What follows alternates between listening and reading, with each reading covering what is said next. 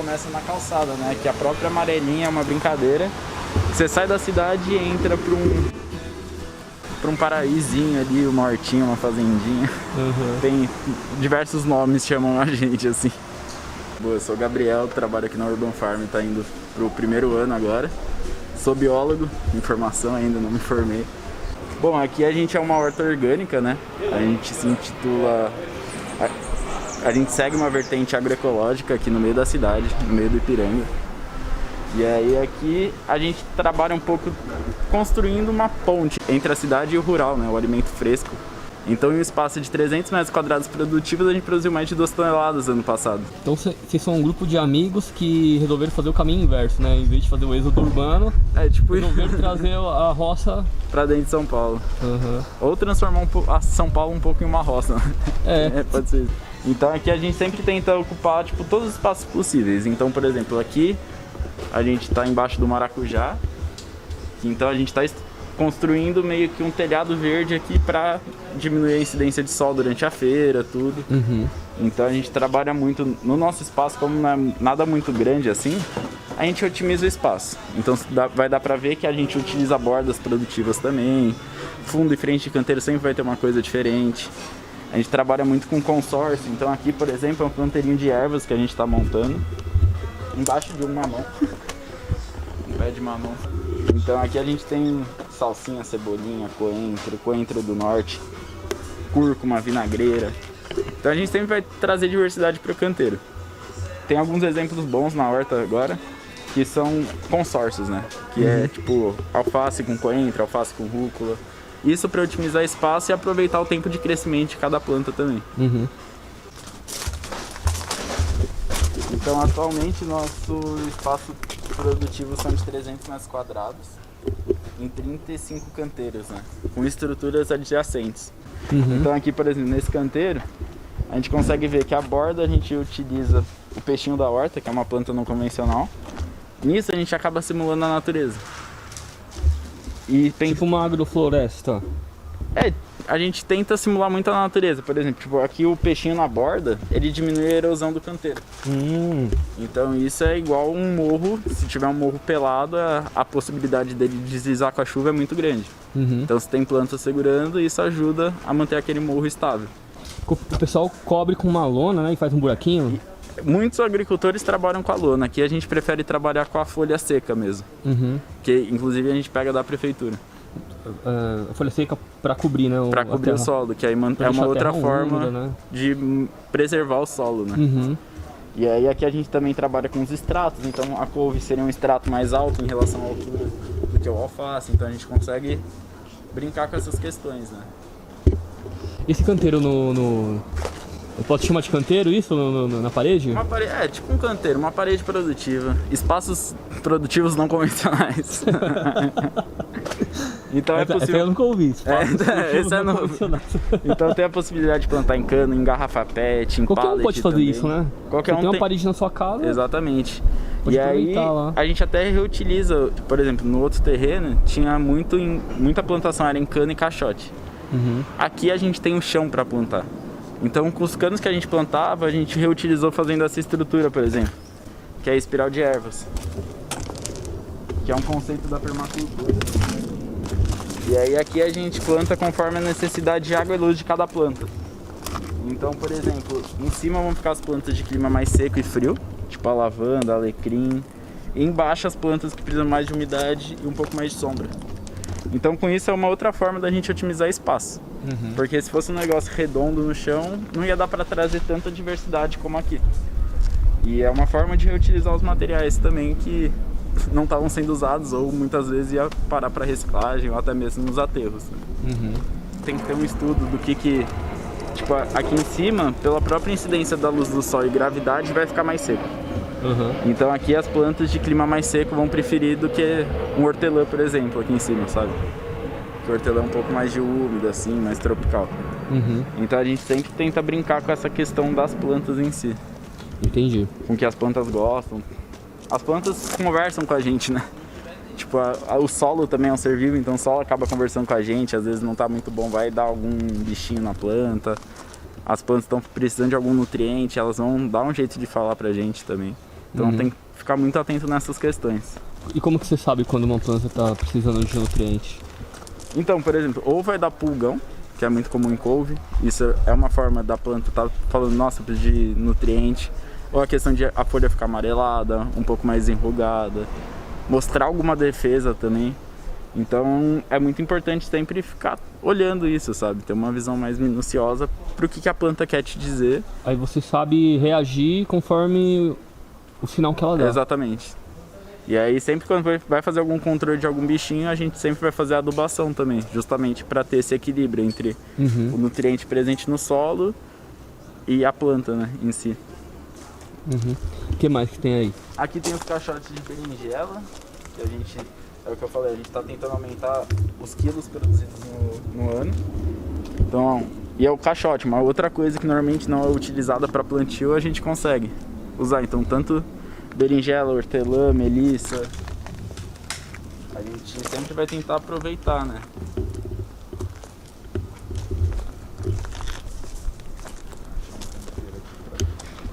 Então, uma outra forma também de segurar o canteiro é a gente tá fazendo um teste aqui, que é um canteiro coberto por poejo, que poejo é uma plantinha que tem até o cheirinho de chiclete.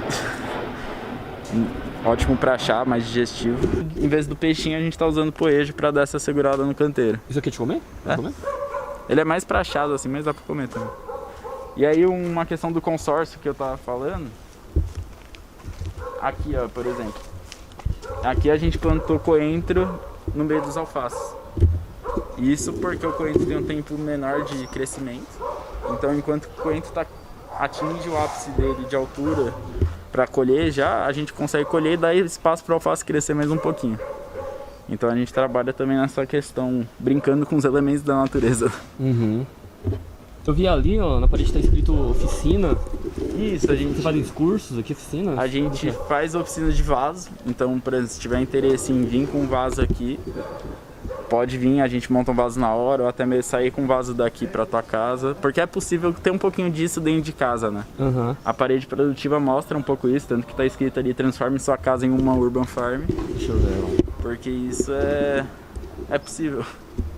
Agora dá pra ver essa parede bonita, hein? É, agora dá. Uma arte ali, ó. Coleta da água da chuva também. Aqui a gente tem muita variedade das plantas não convencionais, né?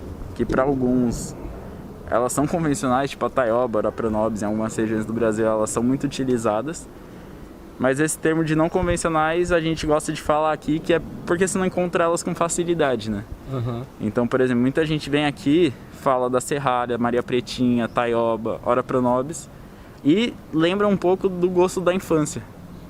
Porque elas chegaram a consumir aquilo em algum momento da história delas, mas por algum motivo, principalmente a questão da padronização alimentar, esses alimentos vão sumindo pouco a pouco da nossa alimentação, né? Então a gente também tem essa questão importante com o resgate alimentar e preservação de diversas culturas, né?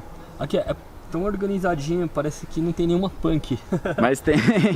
Aqui, ó, a capuchinha aqui, por exemplo, que é essa do canteiro aqui, da florzinha.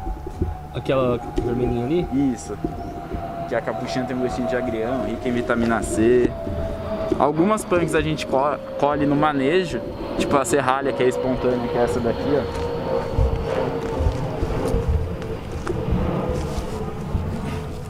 Então a serralha, tipo, a gente vai colhendo no manejo do canteiro. Então, se nasce uma serralha aqui no meio, vai atrapalhar uma rúcula no crescimento.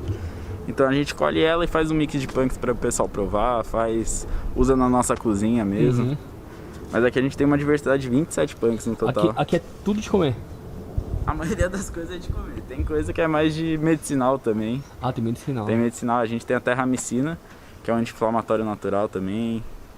Mas tudo é de comer. Você vai descobrindo aos poucos que... Tudo tem um benefício. Tudo tem um benefício. Até o alface é considerado um remédio bom, calmante, né? Chazinho de alface é um bom calmante pra dormir. Chá de alface. Chá de alface. Eu já ouvi falar do chá de alface. Mas eu tô precisando. E a gente descobre muitas coisas. Tipo, o broto de chuchu, por exemplo, é comestível. Lembra até uma cambuquira, que é o broto da abóbora, da abobrinha, que muitas pessoas já usaram ela em algum momento ou ainda usam no interior. Então aqui a gente tem chuchu também. Então o broto do chuchu é um recurso que a gente começou a usar agora para venda, para produção na cozinha também. Aí aqui a gente tem a chaia também, que é o espinafre maia. É uma iguaria muito gostoso. Lembra até um espinafre, só que tem um amarguinho assim também, da Catalônia, bem saboroso. Aqui a gente começou a plantar pepino também, então estamos fazendo alguns testes agora com pepino, para ver como é produzir o pepino. Aí giló também a gente começou a plantar agora. Aí a taioba, que eu comentei, que é muito usada, principalmente em regiões litorâneas e em Minas Gerais também. E aqui as bananeiras, né? Então, bananeira é muito incrível, porque ela é a planta em si é um alimento completo, né? Sim. Porque tem o coração da bananeira, o umbigo da banana que dá pra comer também. A gente tira depois de um tempo para ela conseguir amadurecer no pé. A própria banana banana só dá banana uma vez. Então deu a banana, a gente tira. E aí dá pra... O tronco da bananeira você consegue usar ou pra fazer caminho entre canteiros, pra diminuir o impacto no solo. Tem um palmito dentro também, né? Tem um palmito da bananeira também que dá pra comer. Já na hora que abrir ele tem que fazer a conserva dele, senão ele oxida. As folhas você consegue usar, então a bananeira é fazer artesanato, né? É um negócio completo. Ou voltar pra terra, né? Exatamente. Ou embrulhar também, fazer uma comidinha na folha de bananeira. Interessante. E aí atualmente a gente tá com 2 caixas de banana bem bonitões, um ali no fundo e um aqui também. Eu gostei desse caipira desenhado na parede. A nossa parceira Petite Alice, que faz as artes aqui, ela fez essa homenagem. Ficou legal. O peixinho, ele come como? Faz frito. Só frito. Assim, você não pode comer ele no... Ele é muito fibroso se você fizer ele refogadinho. Então dá pra fazer, tem até clientes que estão trazendo novas receitas. Que você picota ele bem fininho e faz no azeite. Depois faz uma farofinha com ele. Meio frito. Meio fritinho assim, sem precisar empanar, né? Eu nunca comi isso daí. E aí, tem gosto de peixe, né? E esse canteiro também está sendo uma experimentação, que a gente recebeu uma doação de mudas da Bahia. Então aqui é mandioca, o aipim, né? Que a gente plantou 5, já brotaram 4. Aí aqui tem um coentrão do norte também, ou a chicória do Pará. Então a gente está fazendo uns testes aqui, para ver como se adapta na cidade, como a gente pode otimizar os espaços para esses produtos que têm um tempo maior de produtividade, né? E aí a gente faz também de sábado aqui uma feirinha, que funciona das 9 às 1 da tarde. Todo sábado tem feirinha? Todo sábado tem feirinha. E aí a gente traz muita diversidade hortaliça, principalmente. Vem muitas coisas de biúna, da Zona Leste também. E aí às vezes vem 6 tipos de couve, 2 tipos de espinafre, coisa que eu nem sabia que existia, acaba vindo. Inclusive aqui a gente plantou rúcula italiana agora, uma outra variedade de rúcula, justamente resgatando essa questão da diversidade, que é muito importante conhecer novos sabores, né? E você é biólogo, né? Qual que é o seu papel aqui na Urban Farm? Tipo aqui... trabalho. A equipe atualmente é formada por um biólogo, 2 biólogas, um agrônomo em formação, um nutricionista em formação e uma agrônoma que entrou agora para a equipe também, já formada. Então aqui todo mundo faz um pouco de tudo. Então a gente está criando até uma escala para um dia uma pessoa está na horta, outra está responsável por delivery, outra pela limpeza do espaço. Então a equipe não é muito grande, atualmente a gente está em 7 pessoas. Mas todo mundo faz um pouquinho. Mas atualmente eu tô mais voltado também, fora as questões diárias daqui, para atividades escolares. Então eu tô um pouco mais à frente para organizar, fazer contato com a escola, planejar atividades. Que essa questão da conscientização ambiental e alimentar é muito importante, né? Principalmente na fase mais jovem da vida. E vocês são todos urbanos ou vocês vieram de outro lugar, aqui de São Paulo? Como que é? 4 pessoas são urbanas mesmo. Eu fugi de São Paulo, fazer faculdade fora, em Minas Gerais, pensando que não existia mais espaço como esse, contato com a natureza. Voltei por conta da pandemia e aqui estou. Você é daqui de São Paulo? Eu sou daqui de São Paulo. Qual bairro que você mora aqui? Eu morava aqui no Ipiranga, eu morei por 11 anos aqui no Ipiranga, só que agora eu tô lá no centro. E aí tem uma mineira, lá de BH, e um viajante, que é o Mohamed, que é de São Paulo, mas... ficou muito tempo no interior também, aí tá voltando pra cá, mas a ideia é voltar pra lá. E vocês parecem ser todos assim, bem contato com a natureza, né? Pra trabalhar aqui tem que acreditar um pouco no movimento, né? No movimento que é possível trazer esse resgate para dentro da cidade. O bairro do Ipiranga, por exemplo, tem muitas árvores frutíferas também. Então no dia a dia da cidade a gente acaba perdendo esse olhar da natureza, mas é só ter um pouco mais de calma aqui. E por que vocês escolheram fazer dentro da cidade isso e não no campo? Justamente porque é um desafio, acaba sendo um desafio.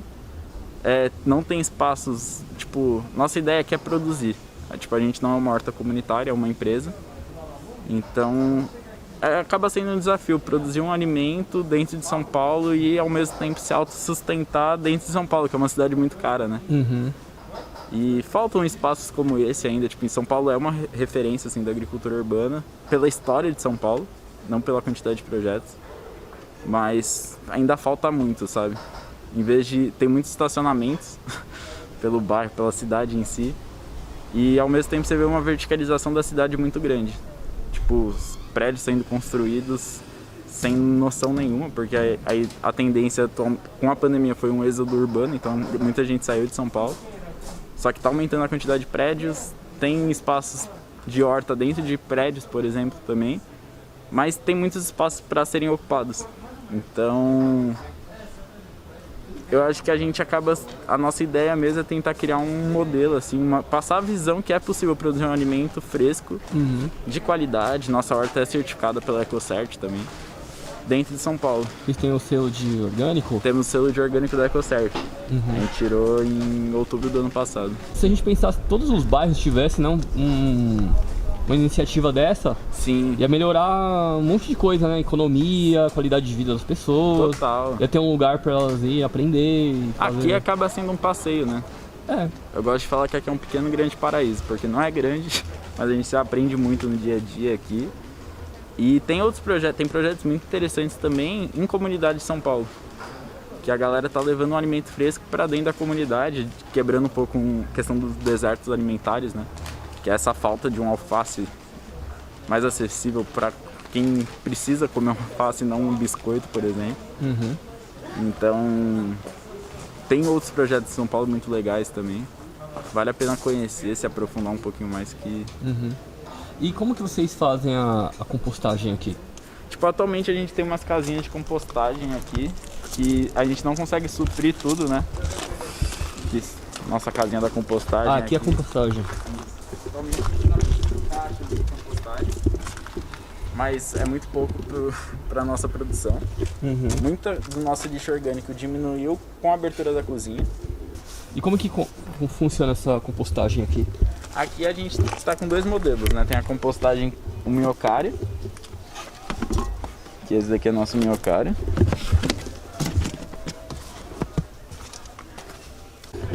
Tá cheio de minhoca, falando nisso.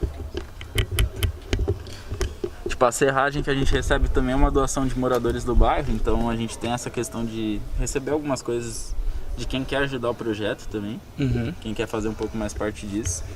E esse daqui é um outro modelo que a gente está fazendo, mais didático assim, para mostrar como é a decomposição dos alimentos. Então aqui dá pra gente ver um pouco como é esse processo, sabe? Aqui embaixo já tá praticamente uma terra. E aí aqui em cima tem alguns pedaços de tomate, de alguns legumes. Você coloca os pedaços dos legumes aqui, ele vai... Isso, e aí aqui não tem minhoca. Dá pra ver, não, os bichinhos aqui. Aqui são as larvinhas também comendo. Como que faz? Ele desce ou são duas composteiras diferentes? Aqui tem um furo embaixo. Então, o líquido tá um pouco mais concentrado aqui embaixo. O líquido que é o chorume, o biofertilizante. É o fertilizante. Só que aqui a gente não fez saída ainda. Então isso daqui tá sendo um negócio mais de modelo, assim, pra didático, mostrar, né? Pra mostrar que, a pessoa vem aqui uma semana, tem muito alface. Na semana que vem, esse alface já vai ter diminuído. O que é esse processo, né? Muito mais para conscientizar e mostrar como funciona esse processo de decomposição. E esse aqui você tira direto na torneirinha? Você tira direto da torneirinha aqui. É o biofertilizante, que eu não sei se tá porque a gente tirou. Tem um pouco ainda.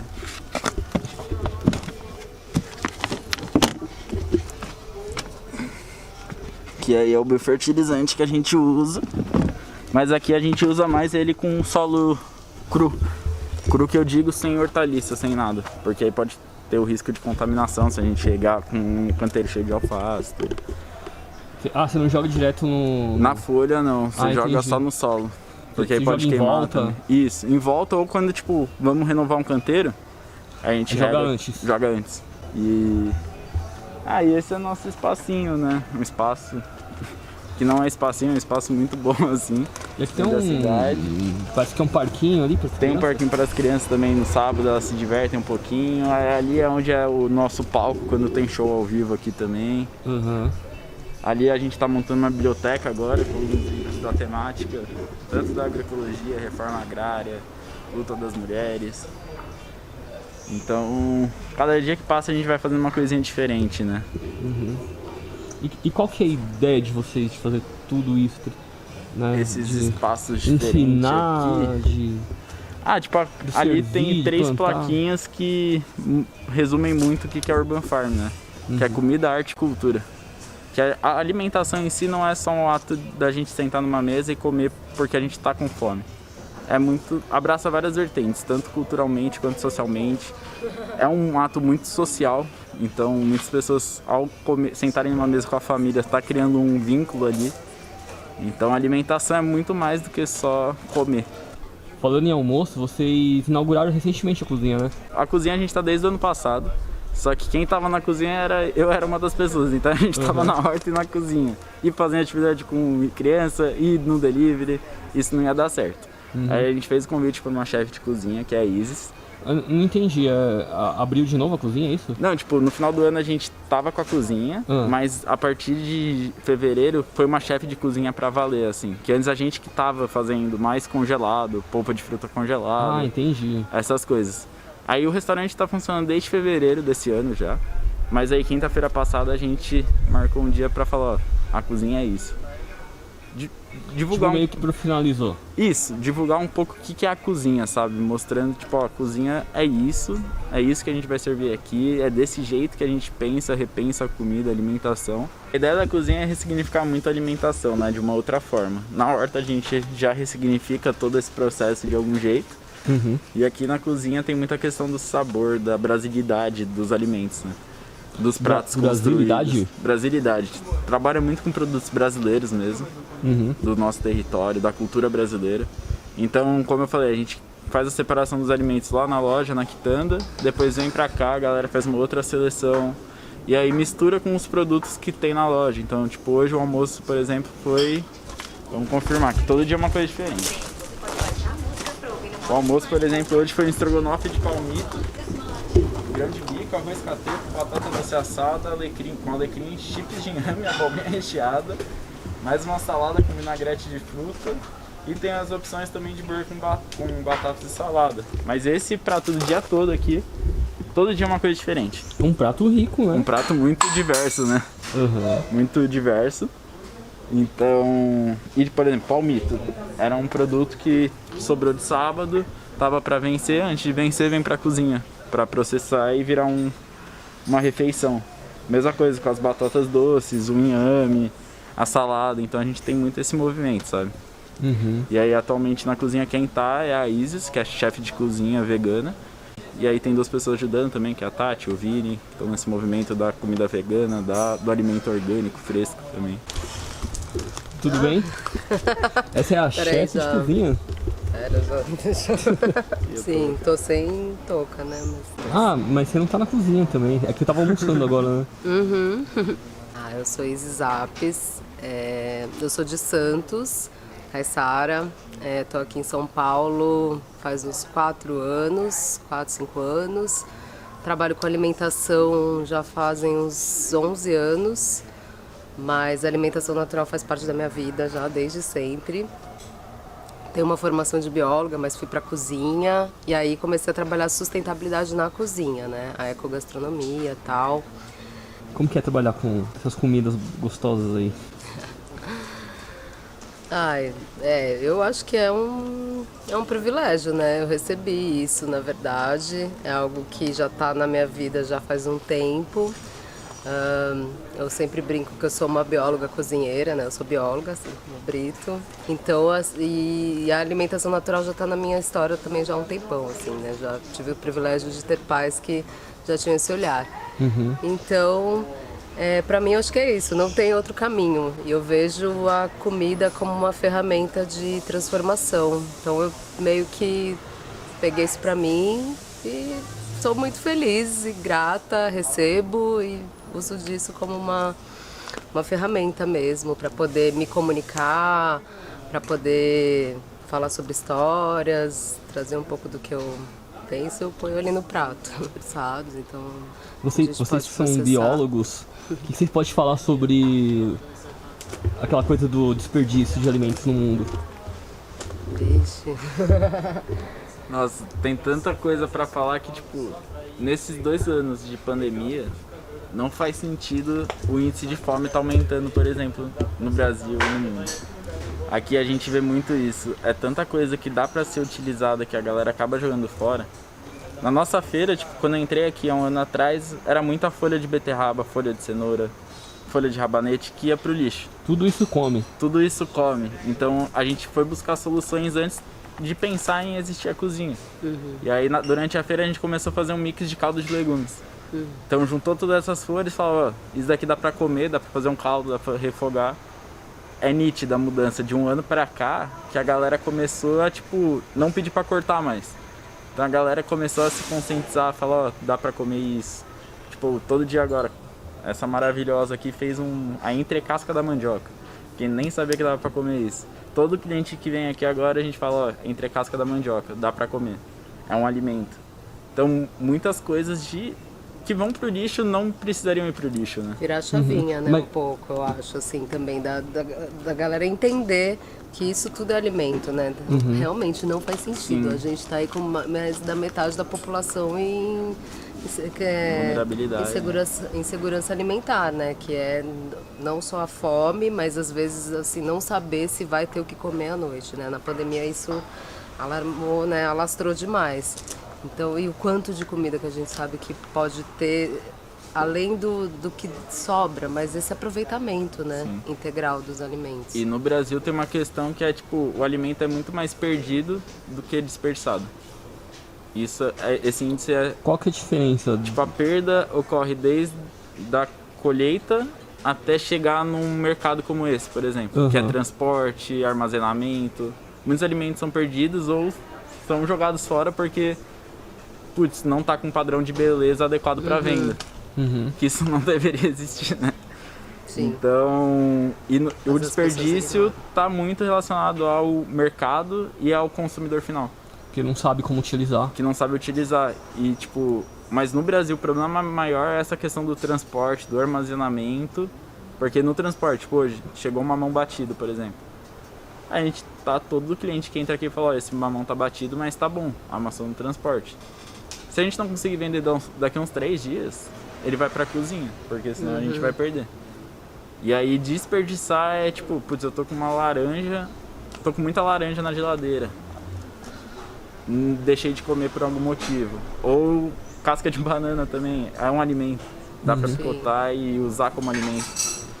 Vocês fazem aqui essa sopa ou vocês ensinam as pessoas a fazer? Tipo, esse mix de caldo a gente tá vendendo como se fosse, entre muitas aspas, um caldo quinoa fresco. Então que a pessoa chega em casa e ela mesma pode fazer em casa, sabe? Ter esse contato com o alimento. Mas chegaram momentos ano passado que a gente estava vendendo, tipo no finalzinho do ano, quando a gente abriu a cozinha, sem servir refeição, a gente estava vendendo tipo polpa de fruta congelada, por exemplo. Sim. Casca de banana congelada. A gente tem aí.